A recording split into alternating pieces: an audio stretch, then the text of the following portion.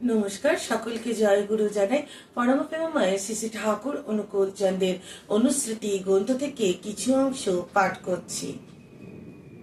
ধ্যানে হয় মানুষ ধারণ ক্ষমা, গ্রহণ ক্ষমতা ফোটে, আবল তাবল বীরতি চাওয়া সার্থকতায় ছোটে। ধ্যান ধ্যান মানে হচ্ছে যে আমরা কোনো কিছু একটা নিয়ে একটা নির্দিষ্ট জায়গায় নিজেদের মনকে কেন্দ্রভূত করা। আমাদের মন তো খুব চঞ্চল, আমরা মনটাই তো হলো মানুষের আসল। আর এই মনটা এত চঞ্চল বলে কিন্তু আমরা কোনো কিছুকেই সঠিকভাবে নির্ধারণ করতে পারি না। তাই আমরা কি করি, আমরা কোনো কিছুকে গ্রহণও করতে পারি না, আবার কোনো কিছুকে দিতেও পারি না।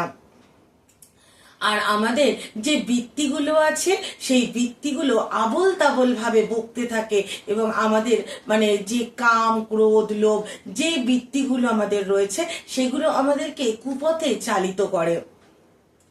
তো যখন আমাদের মধ্যে এই ধ্যানের জাগরণ সম্পূর্ণ হয়, যখন আমরা ধ্যানকে অনুভব করি, যে ধ্যানের মাধ্যমে কি হয়, আমরা শান্ত হই, স্নিগ্ধ হই, তখন আমরা আর সেই আবোল তাবোল পথে চলি না, সেই বৃত্তির টানে আমরা চলি না।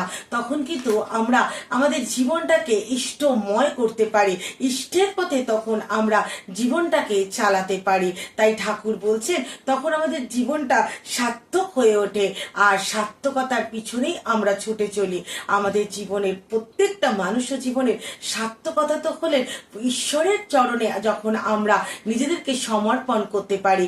আর আমাদের প্রত্যেকটা সৎসঙ্গী তথা মানুষ জীবনের উদ্দেশ্য একটাই, যে আমরা ঈশ্বরের পানে ধেয়ে চলবো, আমরা ঈশ্বরকে নিজেদের জীবনে আয়ত্ত করব, তবেই তো আমাদের মানুষ জীবন সার্থক হবে। নমস্কার, জয় গুরু।